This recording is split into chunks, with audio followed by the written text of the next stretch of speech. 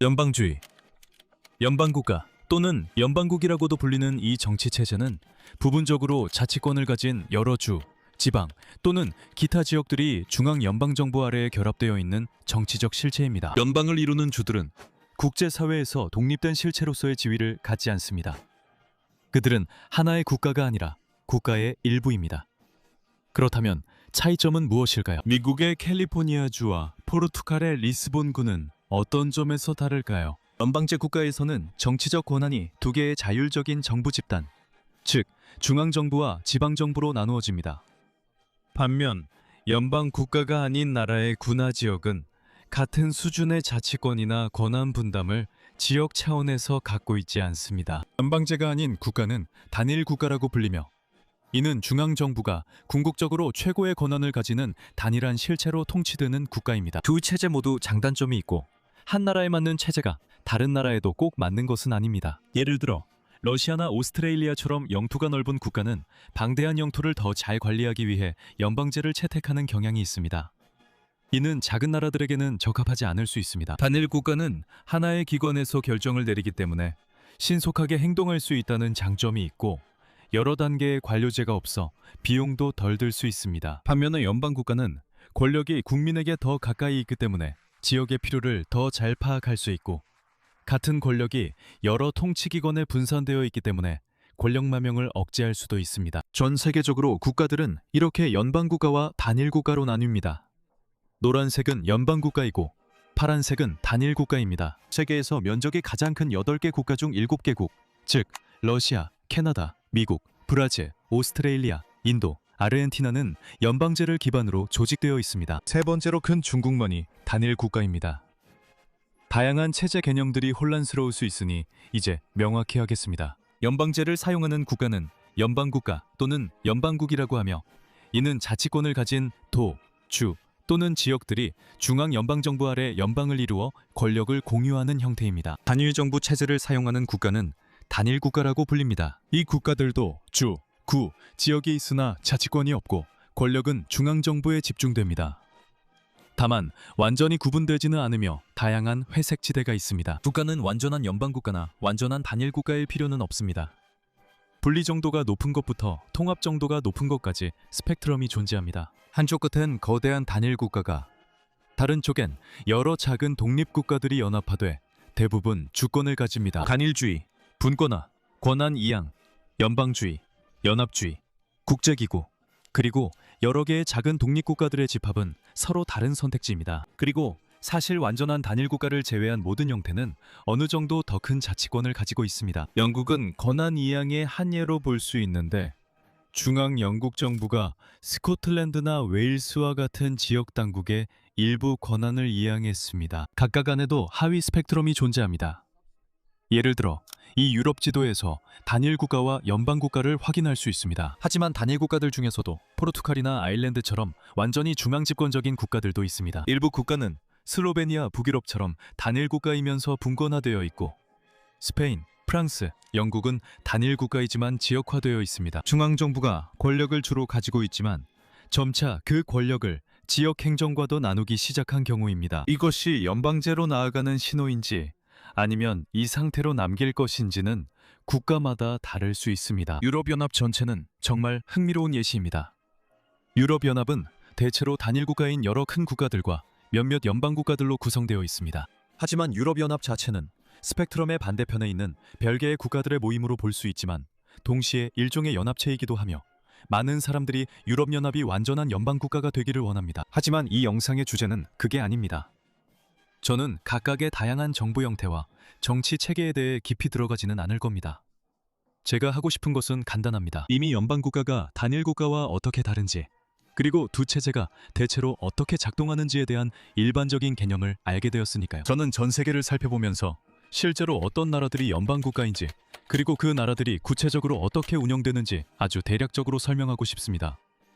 숫자로 보면 상황은 이렇습니다. UN 193개 회원국 중 27개국 이 연방국가입니다. 나머지는 단일국가이지만 앞서 유럽의 예에서 봤듯이 그 단일성의 정도는 다양합니다.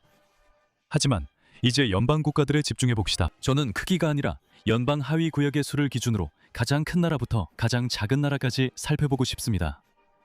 세계에서 가장 큰 연방 국가는 러시아입니다. 러시아는 자국 영토를 여러 가지 다양한 형태의 연방 단위로 나눕니다. 46개의 주, 오블라스트, 22개의 공화국, 9개의 지방, 크라이, 4개의 자치구, 오크루그, 상당한 소수민족이 거주하는 지역, 3개의 연방 도시, 그리고 1개의 자치주가 있습니다. 이 지도에서 우리는 모스크바, 상트페테르부르크, 세바스토폴과 같은 작지만 여전히 매우 중요한 연방 도시는 빨간색으로, 시베리아의 거대한 공화국과 주는 주황색과 초록색으로 색깔별로 구분된 것을 볼 수 있습니다. 총 85개의 연방 구성 단위가 있습니다. 모든 연방 구성 단위는 자체 수장, 의회, 헌법재판소뿐만 아니라 자체 헌법과 법률을 가지고 있습니다. 대부분의 연방 국가에서 이런 일이 일어납니다.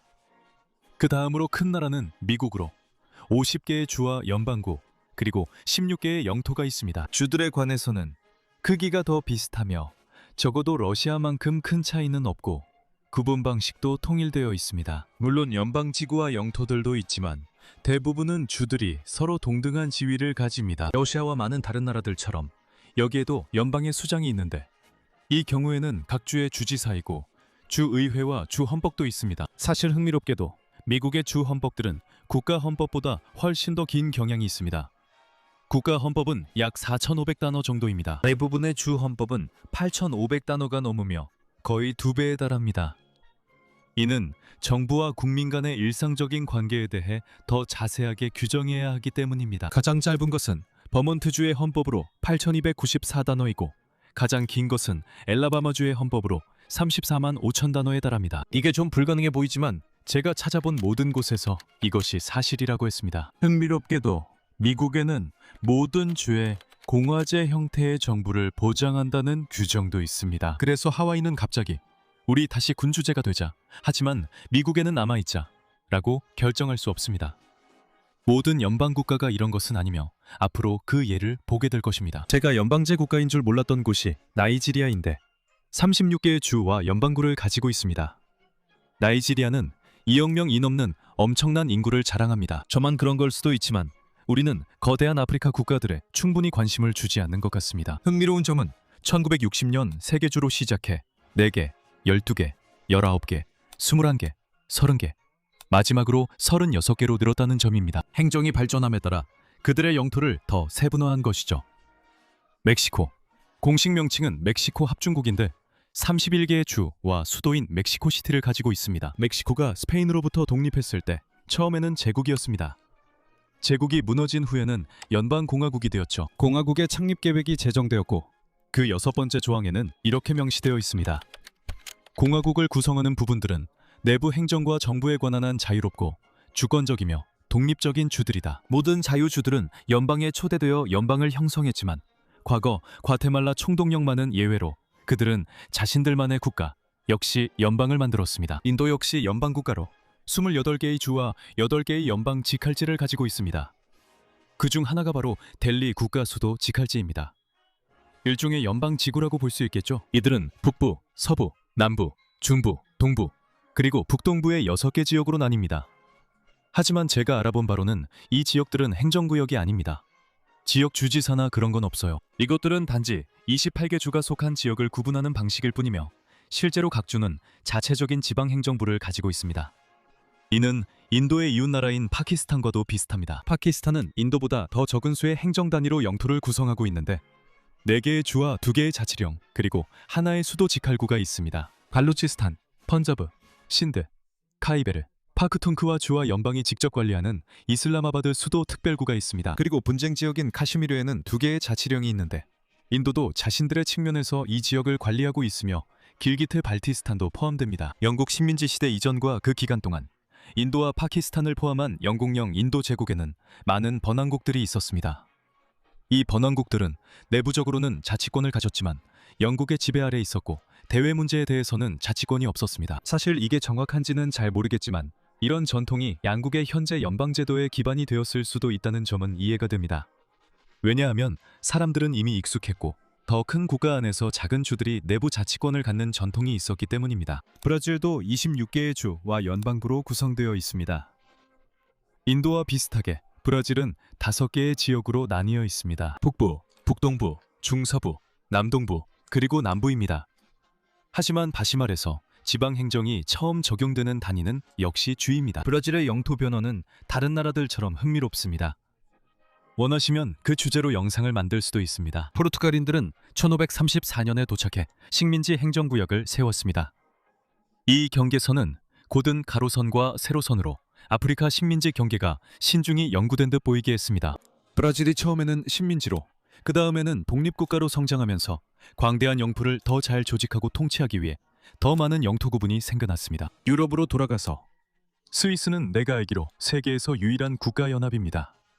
스위스에는 주가 아니라 26개의 칸톤이 있습니다. 스위스는 1300년부터 1798년까지 존재했던 역사적인 스위스 국가연합에서 발전해왔으며 그 사이에 몇몇 예외적인 시기도 있었습니다. 처음에는 13개뿐이었고 각각이 이전에는 독립된 주권국가였습니다. 그 후 1803년에 19개로, 1815년에 22개로 확장되었고 1999년까지 계속해서 수가 늘어나 현재의 26개 칸톤이 되었습니다. 아르헨티나, 베네수엘라, 이라크, 소말리아, 그리고 두 수단 모두 화면에서 보이는 주의 수만큼 주를 가진 연방국가입니다. 일부는 연방 단위를 주 대신 도나 지역이라 부르기도 합니다. 아르헨티나는 수도 부에노스아이레스에 자치도시가 있고 베네수엘라도 연방지구와 연방종속지역이 있는데 이 연방종속지역은 대부분의 해양섬들을 포함합니다. 이라크에는 주라고 불리는 18개의 행정구역이 있고 소말리아에도 18개의 지역이 있습니다. 일부 지역은 소말릴란드 등 분리주의 지역입니다. 북수단은 18개의 주가, 남수단은 10개의 주가 있습니다. 유럽에서 가장 잘 알려진 연방국가는 적어도 제게는 독일입니다.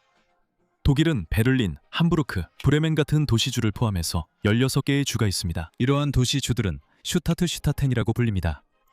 나머지 13개 주는 플레엔랜더라고 불리는데 이는 대략적으로 지역주라는 뜻입니다. 독일은 오랜 기간 여러 작은 주들이 연합해 존재해온 역사가 있습니다. 우리는 신성 로마 제국이 얼마나 영토적으로 혼란스러웠는지만 봐도 알 수 있습니다. 1815년 빈회의 이후 39개의 주가 새로운 독일 연방을 형성했습니다. 이후에 북독일 연방과 독일 제국 역시 비슷한 형태의 영토 조직을 가지고 있었습니다. 그리고 제1차 세계대전 이후 베르사유 조약으로 영토를 잃은 뒤에도 남은 주들은 새로운 독일 연방의 공화국으로 계속 존재했습니다. 오스트리아는 신성 로마 제국과 독일 연방의 역사적 배경을 공유해 오늘날에도 연방제 모델을 따릅니다. 또한 오스트리아 헝가리 제국의 지도자로서 존재했던 역사도 있는데 이 제국 역시 행정구역으로 세분화되어 있었지만 대부분의 경우 반자치주는 아니었습니다. 오늘날 오스트리아는 9개의 주로 이루어진 연방공화국입니다.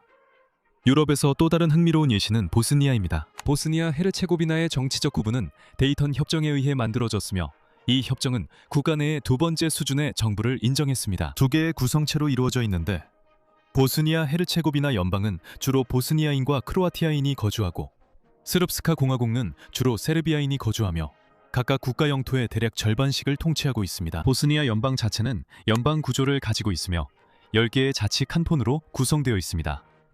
여전히 유럽에서 벨기에는 연방 입헌 군주국입니다. 벨기에는 플란드르, 왈로니아, 브뤼셀 3개의 매우 자치적인 지역으로 나뉘어 있습니다. 연방제의 논리가 어떻게 다를 수 있는지 흥미롭네요. 많은 나라들이 영토가 넓기 때문에 연방제를 선택하고 벨기에와 같은 다른 나라들은 영토의 여러 지역과 주민들 사이에 큰 문화적 차이가 있기 때문에 연방제를 선택합니다. 예를 들어 러시아는 두 가지 이유가 모두 결합된 사례라고 생각합니다. 벨기에에서는 플란데런과 왈로니아 모두에서 상당한 독립운동이 일어나고 있으며 이는 결국 국가의 분리로 이어질 수도 있습니다. 연방제를 선택해 자치권을 부여하면 분리를 막을 수 있습니다. 다시 아메리카로 돌아가 보면 캐나다도 10개 주와 3개 준주가 있습니다. 1867년에 영국령 북아메리카의 3주, 뉴브런즈윅, 노바스코샤, 그리고 온타리오와 퀘벡을 포함한 캐나다주가 연합하여 4개 주로 이루어진 연방 식민지인 캐나다 연방이 탄생했습니다. 역사적으로 주의 수는 원래 4개에서 10개로 늘어났습니다. 캐나다의 주와 준주 사이의 주요 차이점은 주는 1867년 헌법법에 의해 권한과 권력을 부여받는 반면 준주는 캐나다 의회로부터 위임받은 권한만을 가진다는 점입니다. 즉, 연방정부와 주 사이의 권한 분배를 변경하려면 헌법 개정이 필요하지만 준주에 영향을 미치는 유사한 변경은 캐나다 의회가 일방적으로 수행할 수 있습니다. 주들은 자치권이 보장되어 있지만 준주들은 그렇지 않습니다. 호주에는 6개 주, 3개 내륙 준주와 자치권 없는 7개 외부 준주가 있지만 이 논의에서는 크게 중요하지 않습니다. 뉴사우스웨일스, 퀸즐랜드, 사우스 오스트레일리아, 태즈메이니아, 빅토리아, 웨스턴 오스트레일리아가 주이고 수도 준주, 저비스베이 준주, 노던 준주가 내륙 준주입니다. 호주의 각 주는 영국 통치하에 있었던 역사적인 호주 식민지의 계승자입니다. 수도 준주와 노던 준주는 그 지위가 다름에도 불구하고 대부분의 경우 주와 구별 없이 운영됩니다. 아시아로 넘어가면 말레이시아는 13개의 주와 3개의 연방 직할구로 이루어져 있습니다. 말레이시아는 먼저 물론 아닌 서부와 동부 두 지역으로 구분됩니다. 각 지역에는 여러 주가 있고 모든 주는 동등한 자치권을 가집니다. 보르네오 섬의 동말레이시아에는 2개의 큰 주만 있고 서말레이시아에는 11개의 작은 주가 있습니다. 이상하게도 13개 주 중 9개는 자체적으로 군주제를 가지고 있으며 그중 8개는 술탄이, 1개는 라자가 있습니다. 이것은 독일에서 본 것처럼 역사적으로 분열된 지역이 많은 곳에서는 연방제가 좋은 해결책이 될 수 있다는 것을 보여줍니다. 3개의 연방 직할구는 쿠알라룸푸르, 라부안, 그리고 푸트라자야입니다. 재미있는 사실로 싱가포르는 한때 말레이시아 연방의 주였으나 1965년에 탈퇴했고 브루나이는 가입 제안을 받았지만 지금까지 거절해왔습니다. 아프리카의 에티오피아는 10개 주와 2개 특별시를 보유하고 있습니다. 에티오피아의 구분 기준은 영토의 지리적 특성이나 역사보다는 민족 언어적 기준에 기반한 것으로 보입니다. 이것은 정말 현명한 방식이며 아프리카 대부분 지역에서 영토 개편을 할 때 아마 고려해볼 만한 점입니다. 이는 식민지 시대의 유럽인들이 대륙을 분할하면서 저질렀던 실수를 바로잡으려는 시도이기도 합니다. 두 도시는 이 나라의 수도인 아디스아바바와 디르다와입니다. 네팔, 아랍에미리트, 미크로네시아, 코모로, 세이셸과 같은 다른 소규모 국가들도 연방 국가로 각각 몇 개의 주, 섬, 공동체 등으로 나뉘어 있습니다. 네팔은 7개 주, 아랍에미리트는 7개의 토우국, 미크로네시아는 4개 주, 코모로와 세인트 키츠 네비스는 각각 3개와 2개의 섬으로 구성됩니다. 본질적으로 각 지역을 대표하고 직접 통치하며 중앙정부와 권력을 공유하는 단위들입니다. 이렇게 해서 이것들이 3개의 연방 국가들입니다. 즉, 중앙정부가 지방당국과 상당한 통치 권한을 공유하는 나라들입니다. 더 큰 자치권을 가지며 주로 문제 해결 수단으로 활용됩니다.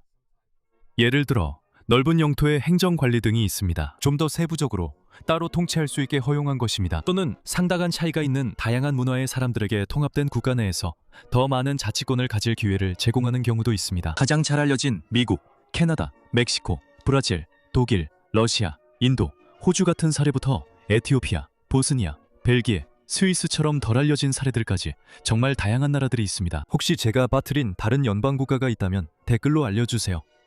시청해주셔서 감사합니다.